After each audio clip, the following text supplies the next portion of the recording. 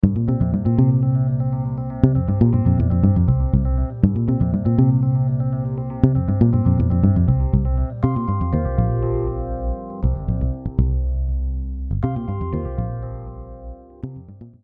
tarde a todos. Hoje eu vou falar um pouquinho sobre... Na verdade, acho que eu juntei... Só falta uma paixão minha aqui, que é a geriatria, mas é educação médica, saúde, espiritualidade, geriatria. São as três áreas que eu amo trabalhar. E aí, nessa, a gente conseguiu já juntar duas, já é bastante. Né? Então, eu vou falar um pouquinho para vocês sobre o ensino da espiritualidade na graduação de medicina. Tá? Como é que será que está o cenário acadêmico no mundo? Será que as escolas médicas pelo mundo têm disciplina de saúde e espiritualidade? Como é que isso está acontecendo? Então, qual é o perfil que a gente tem? Nos Estados Unidos, em 1993, vocês veem que tinha em torno aí de 5 escolas médicas que abordavam o tema. Em 94 foi crescendo, em torno de 18, em 2000 já tinha passado de 60, 2004, 80, e em 2007 já tinham 100 escolas de 120 que existiam no curso de medicina, ou uma disciplina optativa, ou o tema era abordado de alguma forma estruturada durante o curso, ou disciplinas obrigatórias são mais difíceis, mas a maior parte é disciplina optativa. E o dado mais recente é esse levantamento do Koenig, de 2011, onde mostra que 90% das escolas médicas americanas têm o tema saúde e espiritualidade no currículo médico. Tá? No Canadá, em 2001, existiam 4 escolas, isso foi crescendo com 24%, ou seja, das 17 escolas que tinham. Em 2004, houve a criação do GRISH. Eu vou falar mais para frente o que é isso, vocês vão entender, inclusive, o porquê de tudo isso. E, com a liderança de 12 escolas médicas canadenses, que representa 70% das escolas, houve uma implantação maciça do curso de saúde e espiritualidade no Canadá. Tá? No Reino Unido, um levantamento feito pela ANEL, ela viu que 59% das escolas médicas no Reino Unido tinham o tema saúde e espiritualidade no currículo. E será que isso é uma realidade mundial? Na verdade, até o momento que a gente fez esse estudo, a gente não tinha artigos relacionados à disciplina de saúde e espiritualidade, nem aqui na América do Sul, a gente vê na África, né? Então a gente viu alguns gaps aí. Quando é que isso começa no Brasil? Em 2002, abre o primeiro curso de extensão sobre saúde e espiritualidade na Universidade de Santa Cecília, em Santos. A Universidade de Santa Cecília é uma universidade da saúde, mas ela não tem medicina. Mas como muitos professores que trabalhavam lá davam aula também na Faculdade de Medicina, acabava que alunos da medicina da Faculdade de Santos participavam um pouco dessa disciplina. Em 2004, a primeira faculdade a abordar, a colocar isso curricularmente, foi a Universidade Federal do Ceará. E aí a gente falou assim, bom, como é isso no Brasil? Qual é a realidade disso no Brasil? Então a gente fez um inquérito, a gente fez um levantamento e a gente viu que um estudo envolvendo 180 escolas médicas, apenas 10%, 10,4% abordavam o tema Ou seja, 4,6 tinham cursos, né, compulsórios de saúde e espiritualidade, e 5,8 eram cursos optativos. Ou seja, só 10,4% das escolas médicas têm isso no seu currículo. E aí foi perguntado para os diretores o que eles achavam, né? 53,9% consideravam o assunto muito importante. 53. 35,6% importante. Ou seja, se a gente soma aqui, já dá quase 90%. Se quase 90% dos diretores de escolas médicas acham que o tema é importante, por que a gente não tem no currículo? Somente 10,5% achava pouco importante, nenhum deles achou que não era importante. E por que, na verdade, os Estados Unidos se tornou uma realidade americana e, por consequência, também canadense? Essa, como o Jean já mostrou, é a Cristina Puchalski, que a gente teve o prazer de conhecê-la. E o que a Cristina fez? Ela conseguiu uma verba da John Templeton Foundation, uma verba grande, aonde ela apoiava a construção de currículos, de cursos em saúde e espiritualidade nas universidades americanas. Ou seja, a universidade americana que quisesse criar uma disciplina optativa, colocar isso no currículo, ganhava um dinheirinho para auxiliar na montagem. Aí imagina você chegar para o americano, se você fizer isso, eu te dou um dinheirinho, todo mundo montou, né? Então, na verdade, esse projeto, não é brincadeira, mas foi um projeto grande que a Cristina Puchalski liderou, e com isso ela conseguiu realmente expandir o tema para todos os Estados Unidos. E quem é professor aqui sabe, uma vez que você abre uma disciplina, existe toda uma regra, toda uma grade curricular. O primeiro que tem, o segundo não pode ficar sem. Então, assim, uma vez que abre, dificilmente você fecha, né? Tem que ter uma... É difícil. E é por isso que o Harold Koenig viu em 2011 que conseguiu se manter aí pelo menos 4 anos depois, os cursos ainda estavam mantidos. E no Canadá, o que aconteceu? Ela conseguiu também uma verba e montou uma unidade, um GWISH canadense, que foi por isso que apareceu, que eu falei que eu ia explicar depois. E aí, com esse centro lá no Canadá, eles conseguiram também expandir para a maioria das escolas médicas canadenses. Então, na verdade, a grande responsável pela expansão no currículo das escolas médicas sobre o assunto saúde e espiritualidade foi a Cristina Puchalski.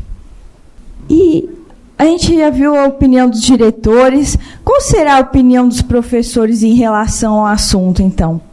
Então, esse é um estudo que a gente colaborou com 53 professores de medicina. 90,4% acreditavam em Deus, 72% acreditavam que a fé ou a espiritualidade pode influenciar de forma positiva o tratamento, né, dos nossos pacientes. 62,3% queriam abordar isso com os pacientes. E 50% acreditavam que era importante que a escola médica abordasse esse assunto. Porém, 43,4% só disseram, e eu achei bastante, que estavam preparados para abordar o assunto, uma vez que esses professores também não tiveram treinamento. Mas 27,8% haviam mencionado alguma vez o assunto dentro de sala de aula. E 92,3% acreditavam que as escolas médicas brasileiras não estavam dando o devido valor que o assunto merecia. E os alunos? Será que os alunos querem? Bonito isso, né? Os professores acham legal, os pacientes querem, mas e os alunos? O que os alunos pensam sobre isso? A gente conduziu o SBRAME, que foi aquele que o Giancarlo citou hoje pela manhã. O SBRAME foi um estudo multicêntrico envolvendo 12 escolas médicas pelo Brasil, com vários colaboradores. A imensa maioria dos nossos colaboradores eram de iniciação científica das faculdades participantes. Então, para a gente ver como os nossos alunos da graduação têm um potencial incrível. A gente só precisa direcioná-los bem. São alunos muito diferenciados e que vale a pena a gente investir nesses alunos. Então, a gente conseguiu 3.630 estudantes, um N bastante considerável, né? E aí, o que os estudantes pensam, né? Se eles achavam que a espiritualidade influencia na saúde dos pacientes, 71% achava que influencia muito. Você gostaria de abordar a espiritualidade com seus pacientes? 58% gostaria de abordar a espiritualidade com os pacientes. Você se sente preparado para abordar? Pouco ou nada, 48%. Mais ou menos 41%. Quanto relevante é essa abordagem para o médico? 75% dos alunos achavam que era relevante. Quão frequentemente você aborda a espiritualidade dos seus pacientes? E aí a gente vê que não aborda ou raramente 73%. Ou seja, eles não tinham treinamento, não tem por que abordar. Ninguém falou para eles que era importante. Então, os professores já abordaram esse assunto? 44% nunca, ou 34% raramente. As universidades brasileiras estão dando informação necessária sobre o assunto? 84% disse que não.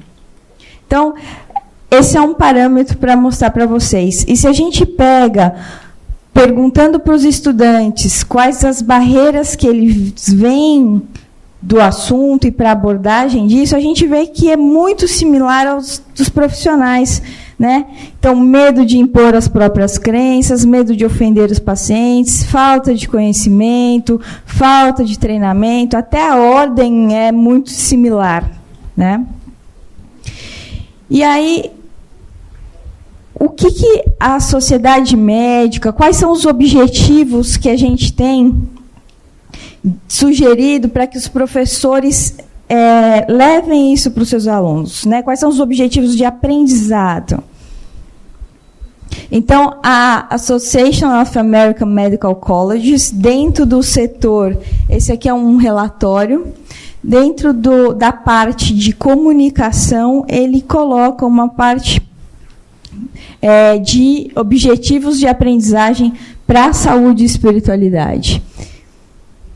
E o que ele coloca lá? Que devem, os objetivos de aprendizagem, ou seja, como é que o aluno da graduação deve sair da universidade ou da faculdade de medicina, a serem atingidos até o término da graduação, quanto à espiritualidade e questões culturais, destacam-se: habilidade de extrair a história espiritual, que vocês viram aqui o congresso o tempo inteiro, né? Habilidade de obter história cultural que evidencie a identidade cultural do paciente, experiências e explicações sobre doenças, práticas de saúde que utiliza, interpretações relevantes sobre estresse social, disponibilidades de sistema de suporte cultural. Então, o aluno, teoricamente, teria que sair da faculdade sabendo fazer isso. ter habilidade em aplicar o entendimento dos comportamentos e crenças culturais e espirituais aos contextos clínicos apropriados. Por exemplo, prevenção, formulação de caso, planejamento de tratamento, situação clínicas desafiadoras. Ou seja, ele não tem que só saber tirar a história espiritual.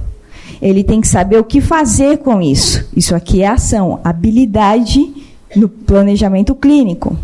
Conhecimento de dados de pesquisa sobre o impacto da espiritualidade na saúde e nos resultados dos cuidados de saúde sobre o impacto das crenças. Identidade e práticas culturais de saúde, acesso e interação aos prestadores de saúde e resultados da saúde. Ou seja, como ele encaminha, conhecimento do impacto que a espiritualidade de saúde tem na vida dos pacientes, nos desfechos, tudo que vocês foram vendo isso durante o congresso. O entendimento e respeito do papel dos clérigos e outros líderes espirituais, prestadores de saúde, curandeiro, ou seja, o relacionamento com os líderes religiosos, o entendimento da sua própria espiritualidade e como pode ser nutrida como parte do seu crescimento profissional, além de promotora de seu bem-estar e bases para o seu ofício como médico. Quem aqui teve isso durante a graduação? Levanta a mão. Eu vi umas 2 mãozinhas só. Então, assim, é muito difícil, né? Existe uma diretriz, mas a gente vê que dificilmente isso é cumprida. Então, agora eu vou falar um pouquinho como é que a gente monta uma disciplina, o que a gente pode fazer para criar uma disciplina dessa dentro da graduação. Então, exemplos de atividades práticas e cenários de aprendizagem. Obter história espiritual em pacientes, e aí pode ser tanto ambulatorial quanto internado, tá? Então, treinar os alunos a coletar a história espiritual. Acompanhamento com o capelão do hospital. Se a escola tiver um hospital que possui capelão, isso é muito bem-vindo. Journal Club, ou seja, discussão de artigos, dar subsídio para o estudante das evidências científicas, do que tem de novidade, do que tem de intervenção, do que funciona e do que não funciona. Não é só tirar a história espiritual, você precisa dar um embasamento teórico sólido para esse estudante. Outra coisa legal, a visita à enfermaria de cuidados paliativos, se o hospital universitário ou o hospital que a faculdade acessa tem esse serviço. Isso aqui é muito legal para você começar o treinamento de habilidades do estudante antes dele ir para o paciente real. Então, simulação com atores. Então, você põe um treinamento simulado, porque aí o estudante é capaz de treinar num ambiente protegido, então ele faz sem medo de errar, e aí ele vai para o ambiente hospitalar com uma maior confiança em fazer a história, em ter um contato com o paciente muito mais confiante. Aqui é outro exemplo de atividades que a gente já fez com simulação. Uma outra alternativa para a simulação é o roleplay. Então, é um se colocar no papel do outro, mais ou menos como a gente fez, né? Lógico que a gente tinha quase 200 pessoas dentro da sala, mas fazer em dupla, um vivenciar o papel do outro. Isso também é um sistema legal de treinamento de habilidades, tá? O OSC é uma avaliação clínica prática, então você consegue avaliar esse aluno, porque você, lá na diretriz estava que eu preciso ver se esse aluno tem habilidade, é capaz de tirar histórias e fazer tudo aquilo, não é só o conhecimento teórico, ele tem que ser capaz de fazer aquilo. O OSC é uma avaliação clínica prática, num ambiente protegido, porque o paciente geralmente é ator ou é um caso simulado, onde você verifica se esse paciente, se esse aluno adquiriu habilidade ou não, ok? E a iniciação científica. A iniciação científica é uma porta aberta também para auxiliar o professor e o aluno numa ampliação e maior entendimento da saúde, espiritualidade, e ampliar isso dentro da faculdade, da universidade, da escola médica. Esse é um estudo que foi publicado recentemente, no finalzinho do ano passado. Esse é um ensaio educacional, onde a gente viu intervenções educacionais em saúde e espiritualidade, e a gente avaliou conhecimento, atitude e habilidade do estudante. Foi um estudo, foi um trial controlado, randomizado. Então, o que a gente fez? O objetivo era avaliar se a intervenção no ensino de saúde e espiritualidade promove mudança nessas competências que eu falei, né? Atitude, conhecimento, habilidade. A gente utilizou, foram 86 participantes, 43 para cada lado. Nós tivemos algumas perdas, porque teve greve no meio do processo, enfim. E a gente finalizou o grupo 1 com 25 estudantes e o grupo 2 com 24 estudantes. E o que a gente encontrou com isso? O grupo submetido à estratégia educacional em saúde e espiritualidade apresentava um maior conhecimento sobre o assunto. Eles estavam mais confortáveis e mais preparados para falar sobre crenças religiosas e espirituais com os pacientes. Eles reconheciam mais a importância, né, dos capelães, acreditavam que abordar a espiritualidade é importante, então isso aumentou ainda mais. Foram quebradas barreiras na abordagem, então aqueles medos que eles tinham daquelas barreiras foram quebradas, e houve uma maior habilidade em obter história espiritual de um paciente, porque ao final da disciplina o aluno era submetido a um novo OSCE para avaliar se ele tinha adquirido a habilidade. O conhecimento a gente viu que ele tinha melhorado, mas será que a habilidade dele com o paciente tinha melhorado? E a gente fez uma avaliação prática através do OSCE que mostrou que sim. Esses são os alunos, eles são da Universidade Federal do Mato Grosso do Sul. Esse foi um trabalho, gente, que foi feito com uma aluna de iniciação científica. Então, volto a dizer, os nossos alunos são extremamente capazes, eles são extremamente motivados e interessados, eles precisam de uma boa orientação. Então, com a ajuda deles, a gente pode ir longe. Então, esse é um recado que eu deixo para quem é professor, que estiver interessado, ou o aluno que está interessado, procura aquele professor que você percebe que tem uma aberturazinha, começa a levar artigo para ele, fala assim, professor, tem isso, tem aquilo, e vai alimentando, o professor vai se alimentando, o negócio anda, o negócio acontece, ok? Esses são os meninos fazendo as atividades que a gente propôs na disciplina. E o que a gente vê, né, na nossa medicina, infelizmente no curso, muitas vezes, em 1808, a gente via que auscultar, palpar, ouvir, era uma prática humana. Os exames eram complementares. A clínica era soberana. 200 anos depois, a tecnologia impera, auscultar, palpar, ouvir. E tudo isso já era? Lógico que aqui, de forma alguma, a gente está negando o nosso avanço tecnológico, o nosso avanço terapêutico, de forma alguma, isso é extremamente necessário.